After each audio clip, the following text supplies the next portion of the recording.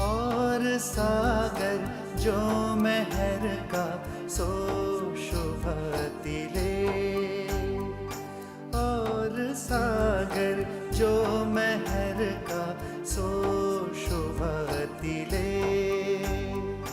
लहर आवे मेहर सागर खूब सुख समय,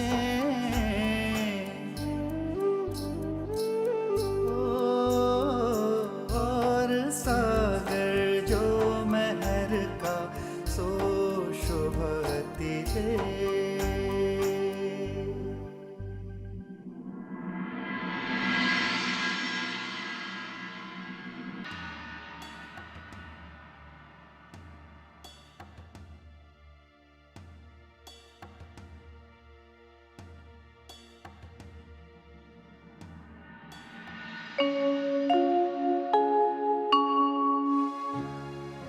ये प्रकाश है अति बड़ा, सो राखत हूँ अजू गोप, जिन कोई ना सहे सके, ताथे हल्के करूँ उद्योत, ताथे हल्के करूँ उद्योत। वेद कतेब में छिपे परम धाम के गुह्य ज्ञान को थोड़ा थोड़ा करके प्रकाशित कर रहा हूं, जिससे संकुचित विचारों एवं भाषा भेद में उलझे हुए लोग भी अपने अंदर ज्ञान ग्रहण करने का सामर्थ्य विकसित कर सकें।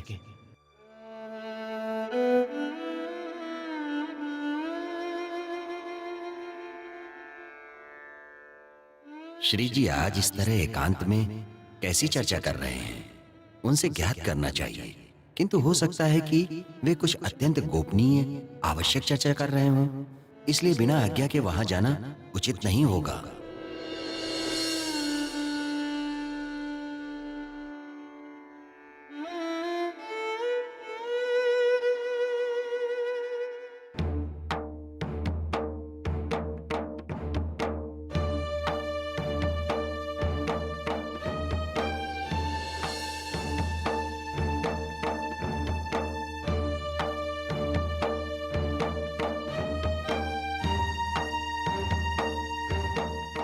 क्षमा कीजिए धाम के धनी, मैं एक अल्प विराम चाहता हूं, क्या मुझे आज्ञा है?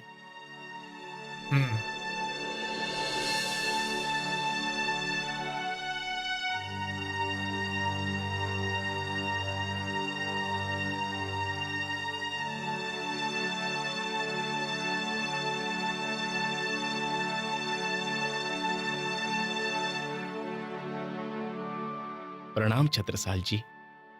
प्रणाम लालदास जी। कहिए, आपने मुझे क्यों बुलाया? कोई विशेष कार्य?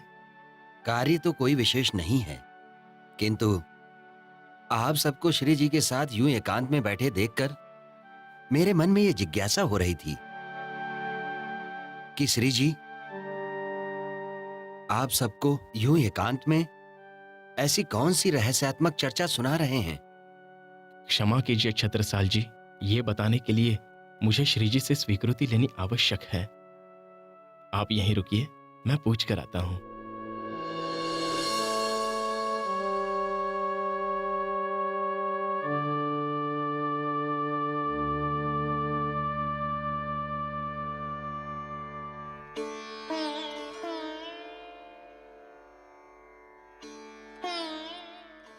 प्राणनाथ जी, छत्रसाल जी हमारी ज्ञान चर्चा के संबंध में जानना चाहते हैं। आप महाराजा छत्रसाल को यहीं बुला लीजिए। उनकी जिज्ञासा का समाधान हम स्वयं करेंगे।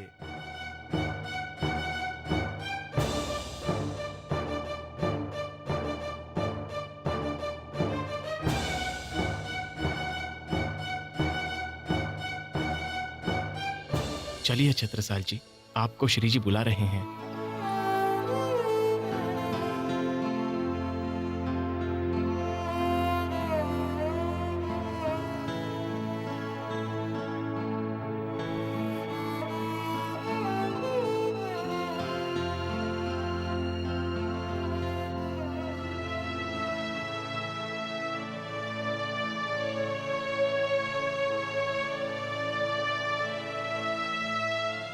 प्रणाम धामधनी।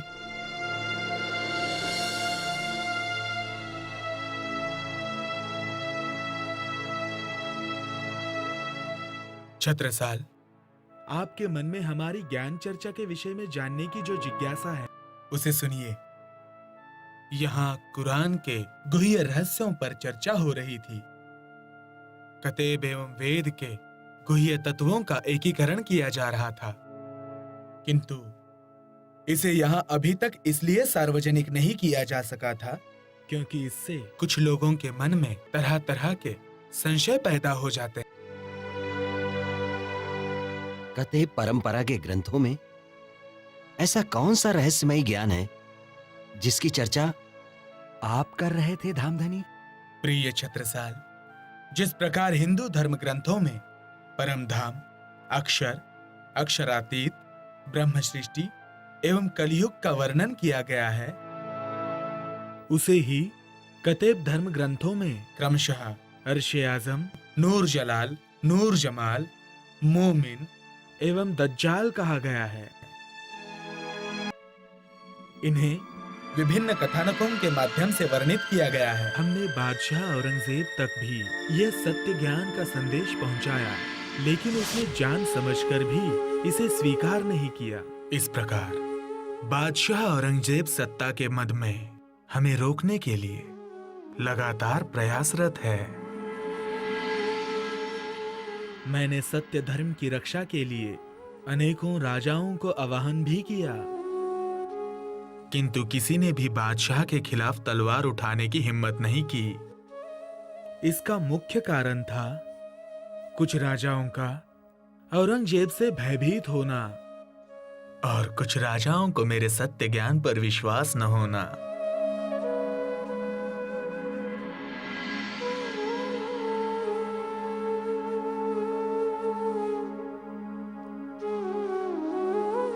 धामधनी, जब उनकी पवित्र किताबों में हमारी ही बातें लिखी हैं, तो हम अपनी बात कहने से क्यों डरें?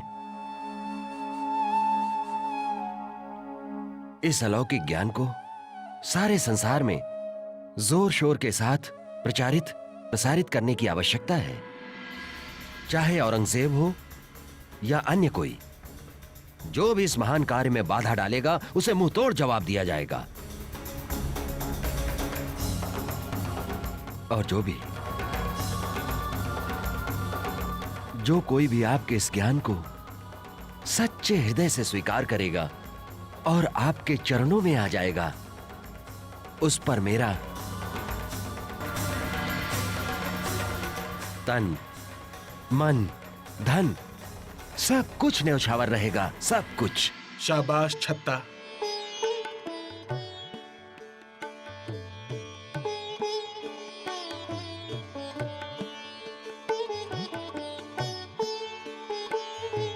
हम जानते हैं कि आपके अंदर साकुंडल की आत्मा है। ऐसा दृढ़ विश्वास आपके अतिरिक्त अन्य किसी भी राजा में मैंने नहीं देखा।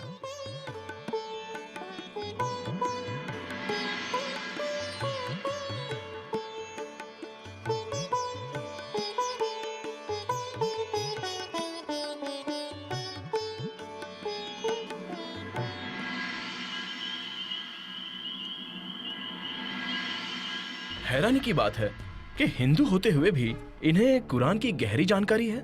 किंतु इसकी जांच कैसे की जा सकती है कि श्री जी जो कुछ भी कह रहे हैं वो पूरी तरह से सच है? सच तो सामने आना ही चाहिए, नहीं तो शंकाओं के बादल यूं ही मंडराते रहेंगे। मैं आप लोगों की बातें सुन चुका हूं।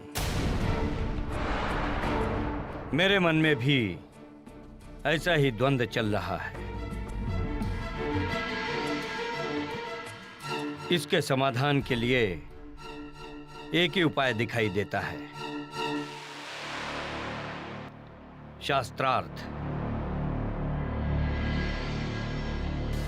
हाँ, शास्त्रार्थ।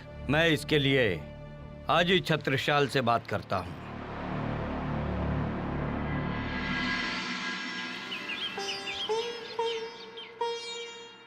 इस प्रकार सत्य का निर्णय करने के लिए सर्वप्रथम महोबा से काजी अब्दुल रसूल को बुलाया गया।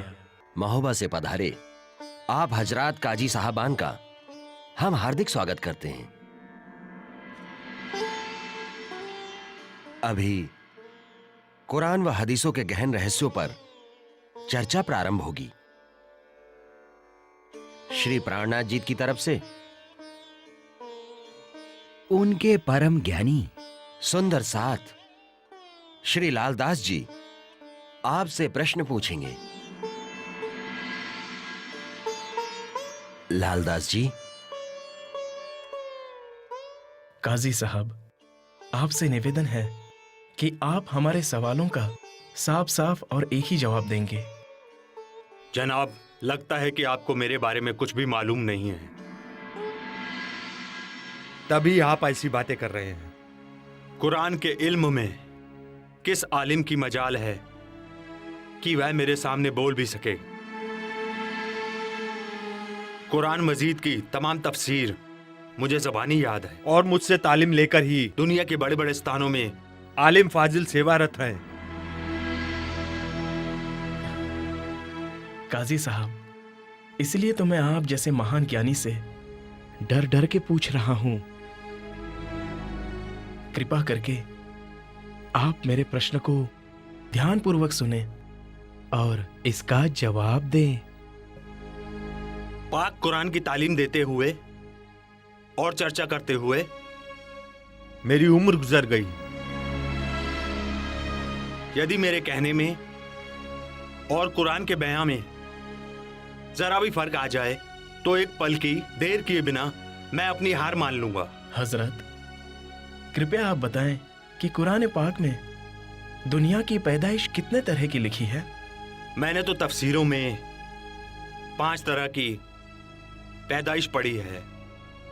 पहली तरह की पैदाइश आम खलक की है, जो अल्लाह ताला के पुण्य कहने से पैदा हुई है।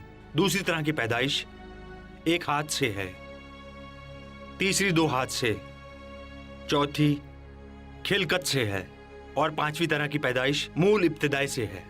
जनाब, कृपया आप ये भी तो बताएं कि इन 5 पैदाइशों में से आप किस तरह की पैदाइश में आते हैं?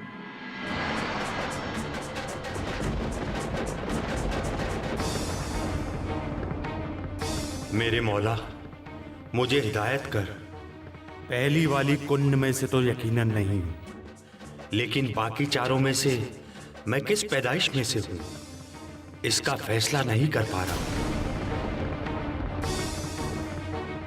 मैं खिलकत से हूं, नहीं, शायद मैं मूल इब्तिदाई से हूं। मौलाना साहिब, लगता है आप भ्रमवश दुविधा वाली बातें कर रहे हो। इस बात का कहीं खुलासा ही नहीं है, तो फिर मैं क्या जवाब दूं कि जिससे मेरा रुतबा बना रहे? मूल इब्तिदाएं उन दोनों नूहों को कहते हैं जो परम धाम अर्श आजम से इस फानी दुनिया का खेल देखने आए हैं, और खिलकत कहते हैं सिदरतुल मुंतहा के फरिश्तों को। वे भी इन नूहों के साथ आए। एक हाथ की पैदाइश बशरी सूरत है और 2 हाथ की पैदाइश मलकी और हकी सूरत है।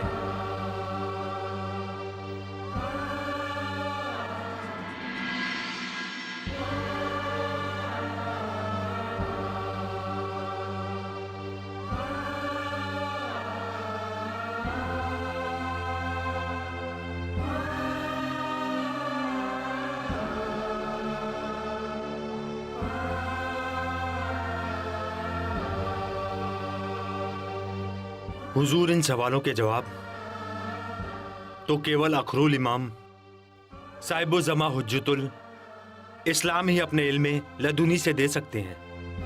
कहीं मौलाना प्राणनाथ जी के प्रभाव में आकर तो ऐसा नहीं कह रहा है। मौलाना साहिब,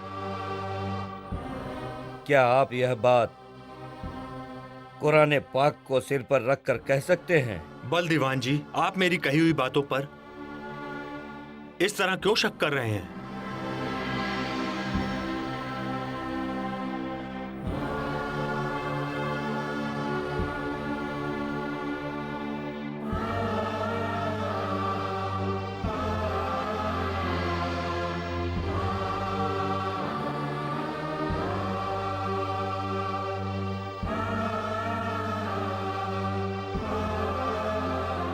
सभा में उपस्थित साथियों,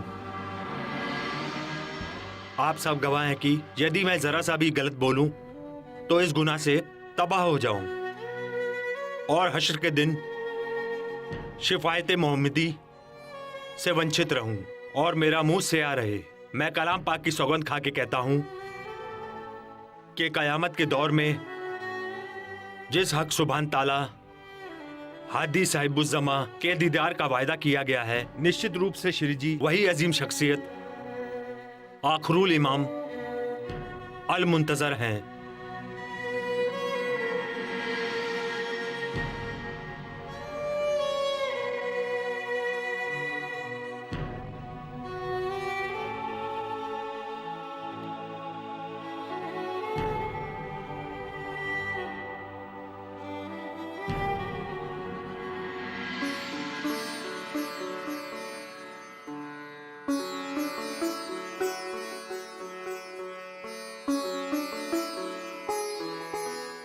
चलो, अच्छा हुआ कि मौलाना साहिब ने इन्हें इमाम साहिब बुज़्ज़मा के रूप में स्वीकार कर लिया। अब देखें कि पंडित जन क्या कहते हैं।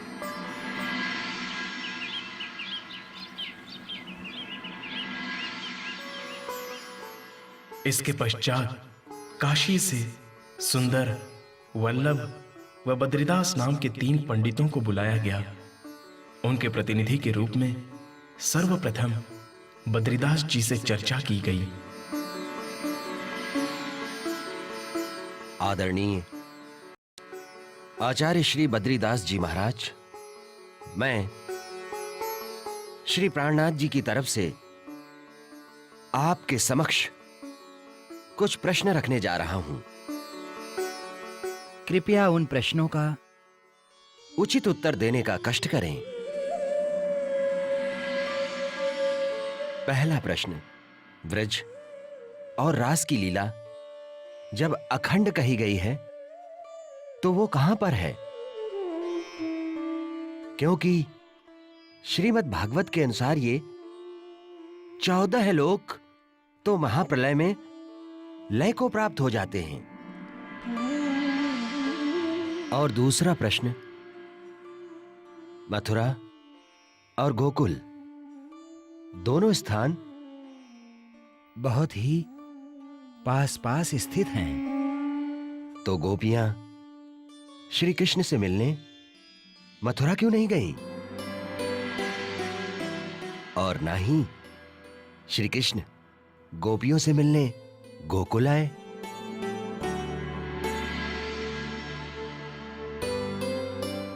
इन प्रश्नों के उत्तर तो श्री कृष्ण जी के तन में लीला करने वाला ही बता सकता है। निश्चित रूप से वो शक्ति इस समय श्री प्राणनाथ जी के स्वरूप में विराजमान है, क्योंकि उन रहस्यों को उनके सिवा कोई और प्रकट नहीं कर सकता।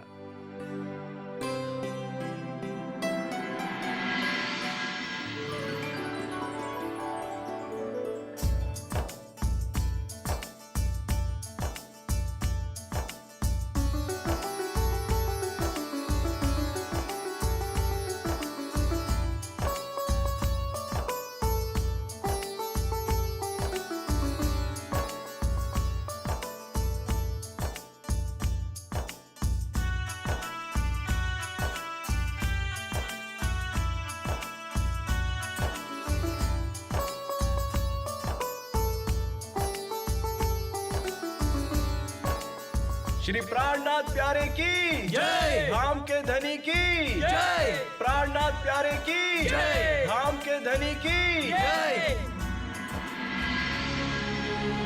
बताओ भाई, आज शास्त्रार्थ में क्या हुआ? हुआ क्या? जो सच था वह मैंने कह दिया। क्या कह दिया? यही कि श्री कृष्ण जी की लीला से संबंधित रहस्यों को केवल वे परब्रह्म ही बता सकते हैं, जिनकी शक्ति ने श्री कृष्ण जी के तन में लीला किया था, और वे इस समय श्री प्राणनाथ जी के स्वरूप में विराजमान हैं। इसका मतलब कि तुम हार मान करके आ गए हो।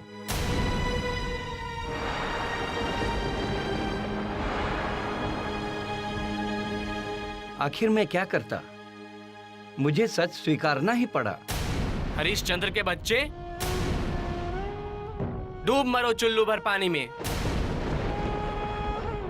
एक छतरी से हार करके तूने तो ब्राह्मणों की नाक ही कटवा डाली। तुमने हमें समाज में मुंह दिखाने के लायक नहीं छोड़ा है। जब ये बात सबको पता चल जाएगी, तब हमें कौन पूछेगा? पूजा पाठ आदि कर्म कांडों के लिए कौन हमें बुलाएगा? तुमने सिर्फ अपने ही नहीं, बल्कि हमारे पेट पर भी लात मार दी। मुझसे भूल हो गई, लेकिन अब मैं क्या करूं? हम जैसा कहते हैं वैसा करो। हम दोनों मिलकर कुछ प्रश्न तैयार करते हैं। उन्हें लेकर तुम प्रातः बल दीवान जी के पास जाना और पुनः शास्त्रार्थ के लिए आग्रह करना। फिर पीछे से हम सहायता के लिए आ जाएंगे। ठीक है, जैसा आप लोग कह रहे हैं, मैं वैसा करने के लिए तैयार हूं।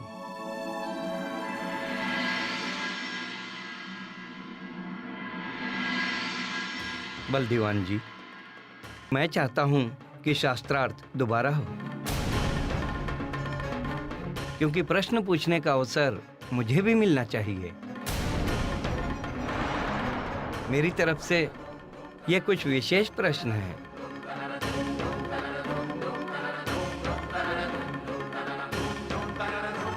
जरा हम भी तो देखें कौन कौन से प्रश्न हैं आपके।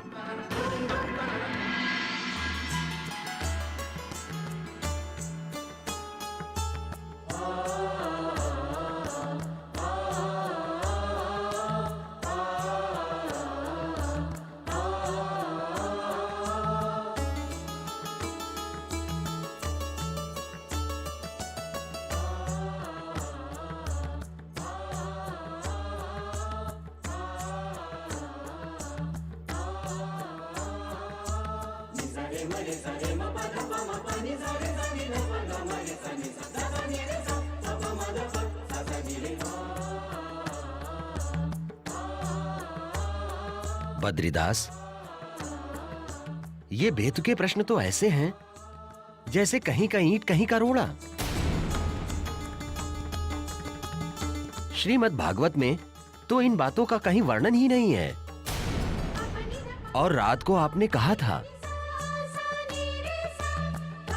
कि श्री प्राणनाथ जी परमात्मा के स्वरूप हैं, लेकिन इस समय आप ये कैसी भाषा बोल रहे हैं? महाराज जी, मुझसे भूल हो गई। इन सभी पंडितों ने मेरी बुद्धि को उल्टा कर दिया था। ये सारे प्रश्न इन्हीं के द्वारा बनाए हुए हैं। मैं तो श्री जी के चरणों में कल ही समर्पित हो गया था।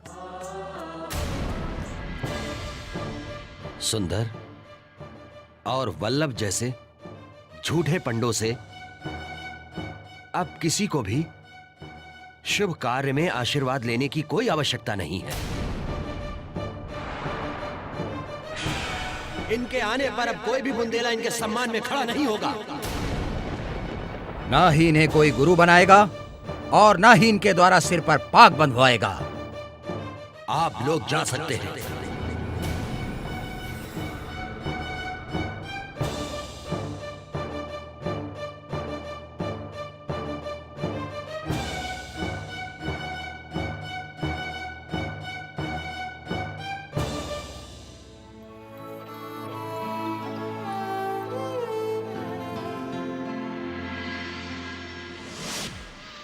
एक बार विजयादशमी के दिन नगर से बाहर एक खिजड़ा के पेड़ के नीचे श्रीजी थोड़े से सुंदर साथ के साथ विराजमान होकर ब्रह्मज्ञान चर्चा कर रहे थे। सुंदर साथ जी, आज विजयदशमी है। आज के दिन को त्योहार के रूप में मनाने का अर्थ है असत्य पर सत्य की विजय तथा अधर्म पर धर्म की विजय और दुर्गुणों पर सद्गुणों की विजय।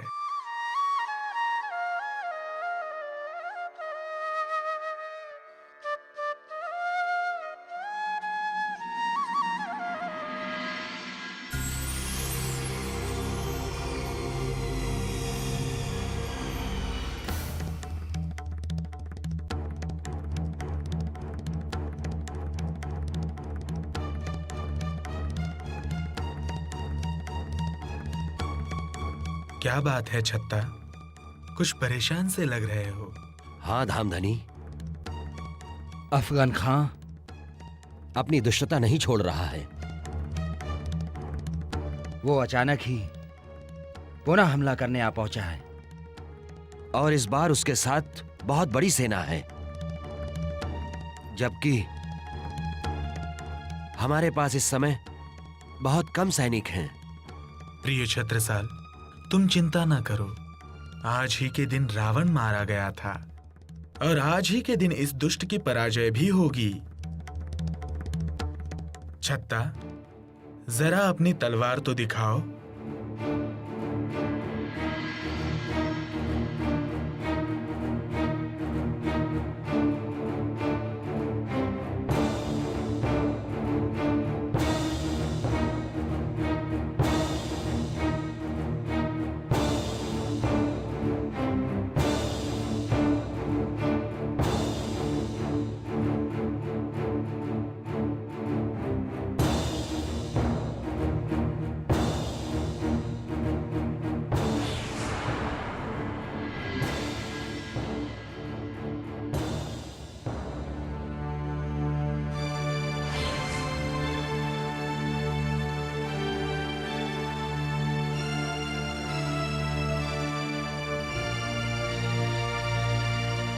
प्रिय छत्ता, जब तक ये तलवार तुम्हारे पास रहेगी, तुम्हें युद्ध में कोई भी परास्त नहीं कर सकेगा। निश्चिंत होकर तुम युद्ध के लिए जाओ। बिना किसी का लहू बहाए तुम्हें विजयश्री प्राप्त हो जाएगी।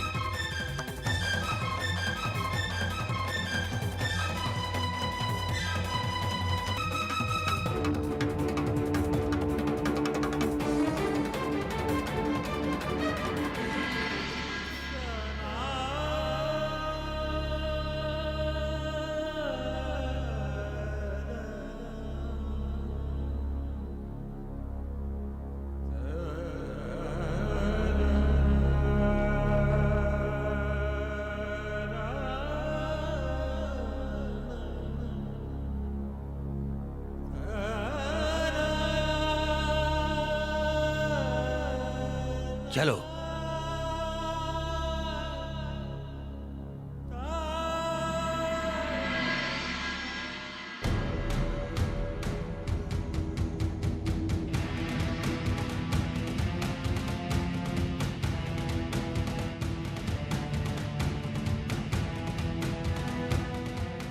हमला!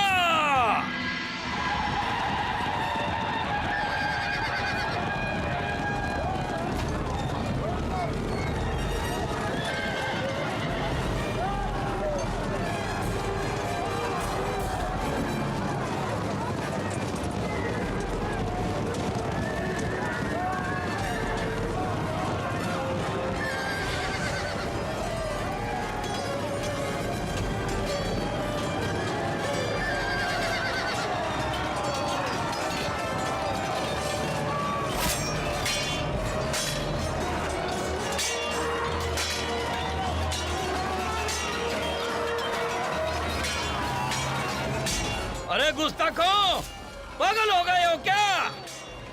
अपने ही भाइयों को मार रहे हो। ये जरूर कोई खुदाई करिश्मा है जो मेरी फौज आपस में ही मार काट कर रही है।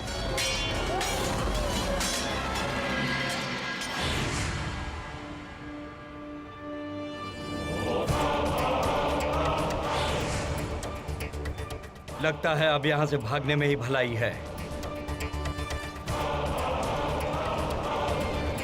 जान है तो जहान है।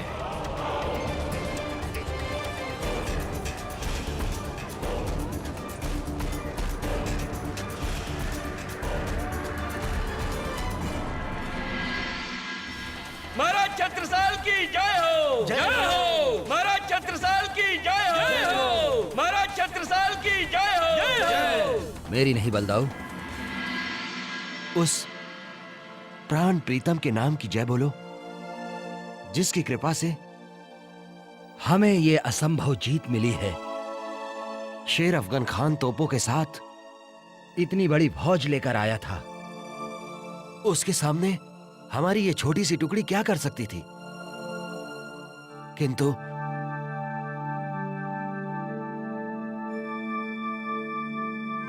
श्री जी की मेहर से भरी इस तलवार ने अनहोनी को होनी कर दिया।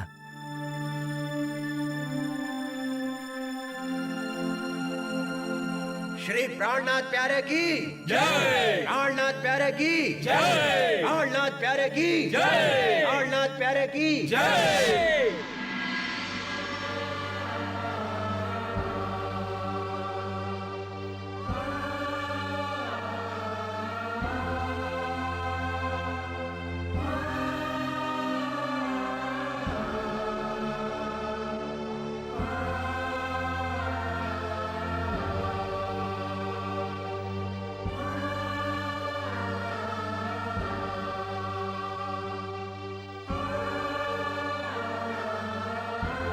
हे प्राणेश्वर, आपने मुझे हुक्म की शोभा दी है,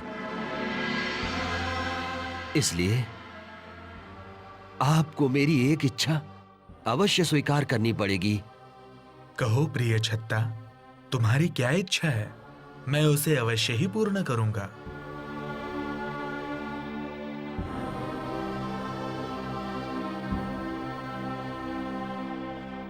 हे धामधनी, मेरी यह प्रबल इच्छा है कि सारे संसार में ब्रह्म ज्ञान का प्रचार व प्रसार हो।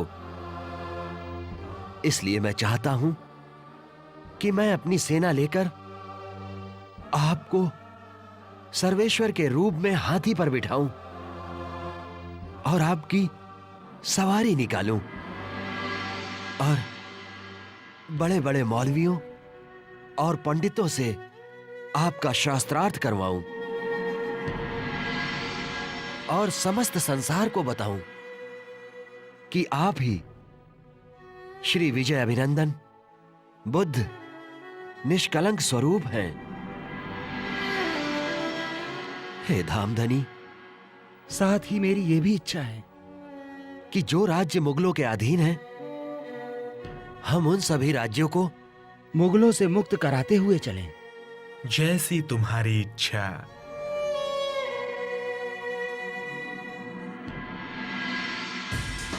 प्राणनाथ प्यारे की जय, धाम के धनी की जय, श्री प्राणनाथ प्यारे की जय, धाम के धनी की जय, श्री प्राणनाथ प्यारे की जय, धाम के धनी की जय, प्राणनाथ प्यारे की जय, धाम के धनी की जय। इस तरह छत्रसाल जी ने संवत 1743 में श्री जी को हाथी पर बैठाकर उनकी भव्य सवारी निकाली। जब वे राठ, खाड़ोद, जलालपुर आदि स्थानों पर विजयश्री प्राप्त करते हुए कालपी के नजदीक पहुंचे, तब वहां सभी काजियों व मौलवियों को एकत्रित करके श्री जी से उनकी चर्चा करवाई गई। श्री जी के मुखारविंद से कुरान व हदीसों के वास्तविक रहस्यों को सुनकर सबने स्वीकार किया कि ये ही आखिरी जमाने के खाविंद आखिरुल इमाम साहिबुज़्ज़मा है और इनका ज्ञान सत्य है। साथ ही सबने ये महजरनामा भी लिख कर दिया। बिस्मिल्लाहिर्रहमानिर्रहीम, अल्हम्दुलिल्लाहि रब्बिल आलमीन। तमाम आलिमे दीन इस्लाम ये बरहक इत्तेफाक रखते हुए ऐलान आम करते हैं कि हर आमो खास आगा रहे कि हमने अपना हक अदा कर दिया है, जिससे रोज़े हस्र को हम शिफायत मोहम्मदी के पैरोकार हों।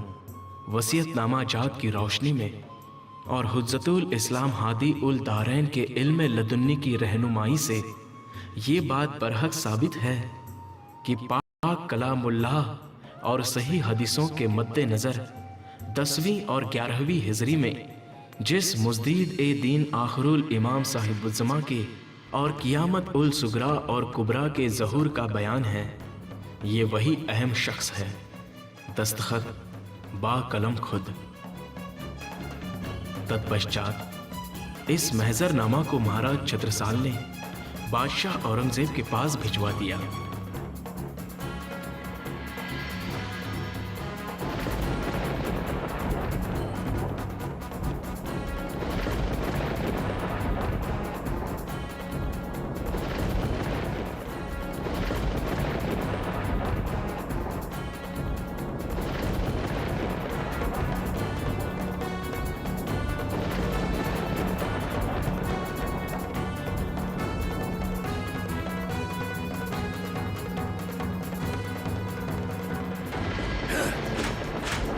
उसे पढ़कर औरंगजेब शर्मिंदा तो हुआ, पर उसका अहंकार नहीं छूटा।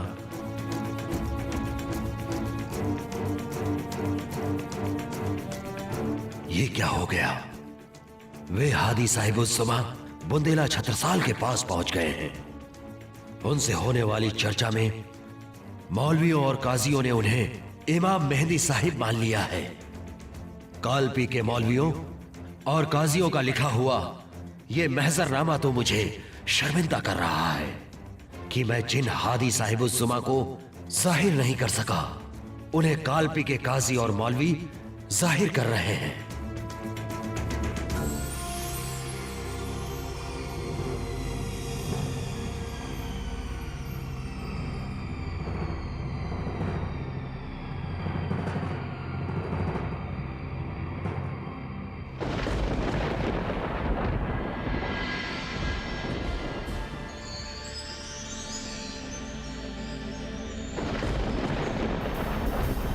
प्राणनाथ प्यारे की जय, धाम के धनी की जय, श्री प्राणनाथ प्यारे की जय, धाम के धनी की जय, श्री प्राणनाथ प्यारे की जय, धाम के धनी की जय, प्राणनाथ प्यारे की जय, धाम के धनी की जय, प्राणनाथ प्यारे की जय, धाम के धनी की जय, श्री प्राणनाथ प्यारे की जय, धाम के धनी की जय, श्री प्राणनाथ प्यारे की जय, धाम के धनी की जय, प्राणनाथ प्यारे की जय, प्राणनाथ प्यारे की जय। इसके पश्चात दिग्विजय यात्रा की सवारी जब सिउड़े पहुंची, तब चित्रकूट के राजा बसंत सुर्खी श्रीजी के चरणों में आए।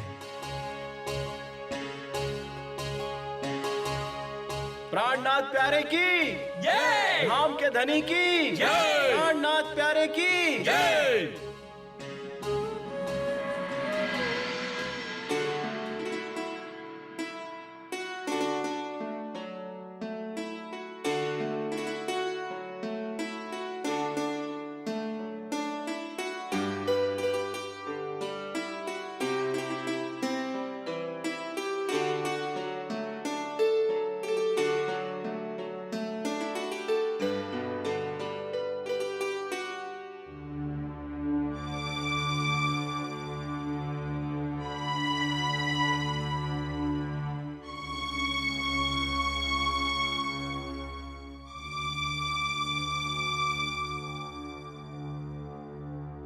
छत्रसाल जी महाराज, मैंने बहुत ही असंभव सी एक बात सुनी है। बसंत सुर्खी जी, ऐसी कौन सी बात सुनी है आपने? यही कि सच्चिदानंद परब्रह्म केवल एक के ही हैं। ऐसा आखिर क्यों है? आप कहना क्या चाहते हैं? यही कि यदि श्री प्राणनाथ जी परमात्मा स्वरूप हैं, तो अकेले आप ही को उनकी सेवा का सौभाग्य क्यों प्राप्त है? क्या उनकी सेवा करने का मेरा अधिकार नहीं है? यदि श्री जी की सेवा मुझे नहीं मिलती है, तो मैं यही समझूंगा कि श्री जी केवल छत्रसाल जी के ही परमात्मा हैं। छत्रसाल, मुझे कुछ समय के लिए चित्रकूट जाना होगा। अवश्य धामधनी। चित्रकूट नरेश, श्री जी आपके यहां अवश्य रहेंगे।